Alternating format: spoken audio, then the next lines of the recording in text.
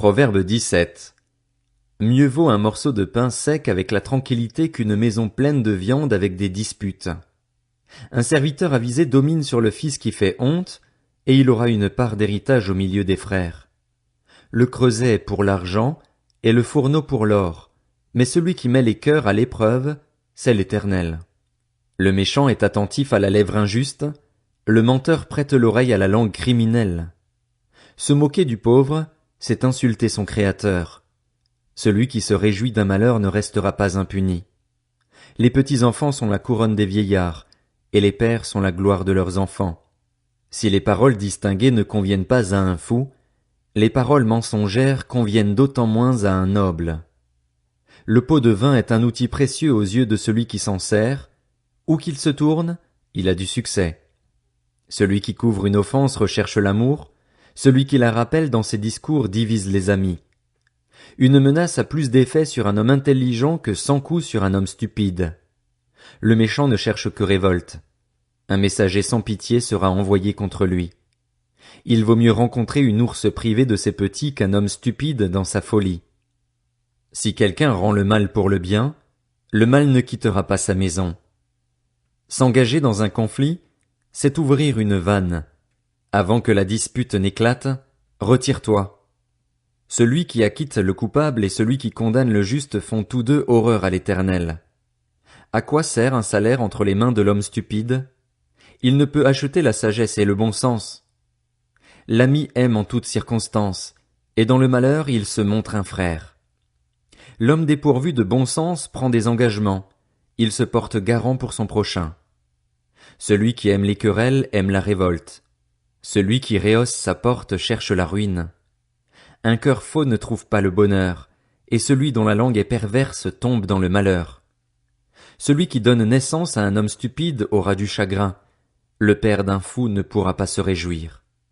Un cœur joyeux est un bon remède, mais un esprit abattu dessèche les os. Le méchant accepte des pots de vin offerts sous le manteau pour tordre les voies du droit. La sagesse est en face de l'homme intelligent, mais les yeux de l'homme stupide s'en vont à l'extrémité de la terre. Un fils stupide est une source de chagrin pour son père, et d'amertume pour celle qui l'a mis au monde. Il n'est pas bon de condamner le juste à une amende, ni de frapper les hommes généreux à cause de leur droiture. Celui qui met un frein à ses paroles possède la connaissance. L'homme à l'esprit calme fait preuve d'intelligence. Même le fou, quand il se tait, passe pour un sage. Celui qui ferme ses lèvres est un homme intelligent. Proverbe 18. Celui qui se tient à l'écart cherche ce qui lui plaît. Il s'irrite contre tout ce qui est raisonnable. Ce n'est pas à l'intelligence que l'homme stupide prend plaisir, c'est à l'étalage de ses pensées. Quand vient le méchant, vient aussi le mépris, et avec la honte vient l'insulte. Les paroles d'un homme sont des eaux profondes, la source de la sagesse est un torrent qui jaillit. Il n'est pas bon de favoriser le méchant en faisant tort au juste lors d'un jugement. Les lèvres de l'homme stupide se mêlent aux querelles, et sa bouche appelle les coups. La bouche de l'homme stupide provoque sa ruine, et ses lèvres sont un piège pour lui-même. Les paroles du critiqueur sont comme des friandises. Elles descendent au plus profond de l'être. Celui qui se relâche dans son travail est frère de celui qui détruit. Le nom de l'Éternel est une tour fortifiée. Le juste s'y réfugie et se trouve en sécurité. La fortune du riche est sa forteresse. Dans son imagination, elle est comme une haute muraille. Avant la ruine, le cœur de l'homme se montre fier, mais avant la gloire se trouve l'humilité. Celui qui répond avant d'avoir écouté fait un acte de folie et se couvre de honte. L'esprit de l'homme le soutient dans sa maladie, mais, si l'esprit est abattu, qui le relèvera? Un cœur intelligent acquiert la connaissance, et l'oreille des sages la recherche. Les cadeaux qu'offre un homme lui ouvrent la voie et le conduisent auprès des grands. Le premier qui défend sa cause paraît avoir raison, vient sa partie adverse et on lui demande des preuves.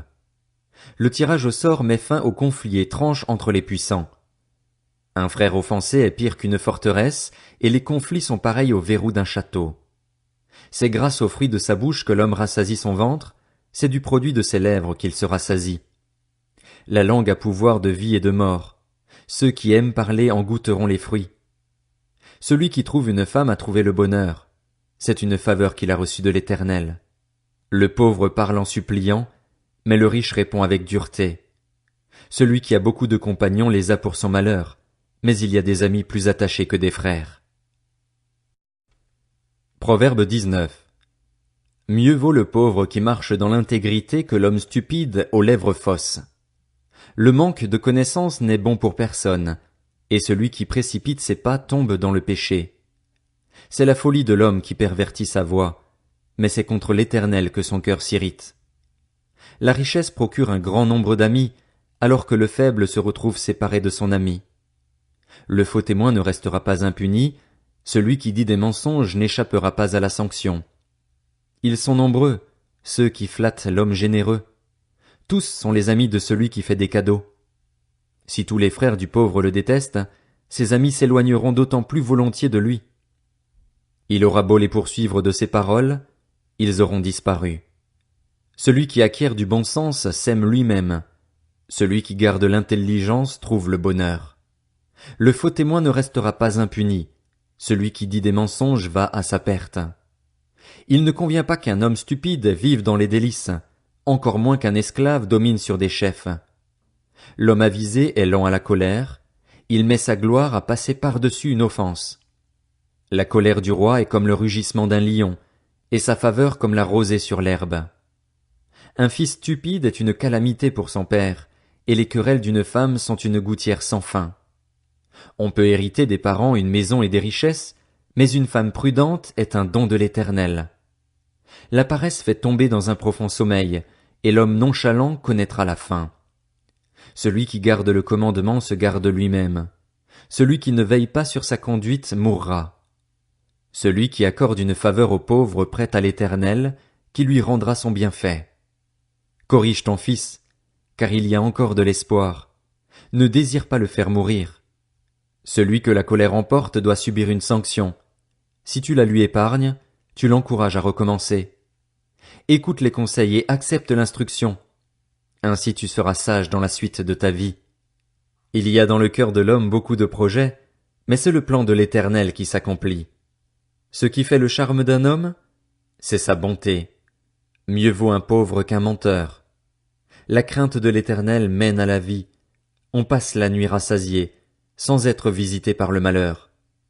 Le paresseux plonge sa main dans le plat, et il ne la ramène même pas à sa bouche.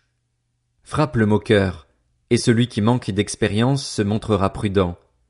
Reprends l'homme intelligent, il comprendra alors ce qu'est la connaissance. Celui qui ruine son père et qui fait fuir sa mère est un fils qui fait honte. On rougit de lui. Arrête, mon fils, d'écouter l'instruction, si c'est pour t'éloigner des paroles de la connaissance. Un témoin sans valeur se moque du droit et la bouche des méchants est avide d'injustice. Les jugements sont prêts pour les moqueurs et les coups pour le dos des hommes stupides.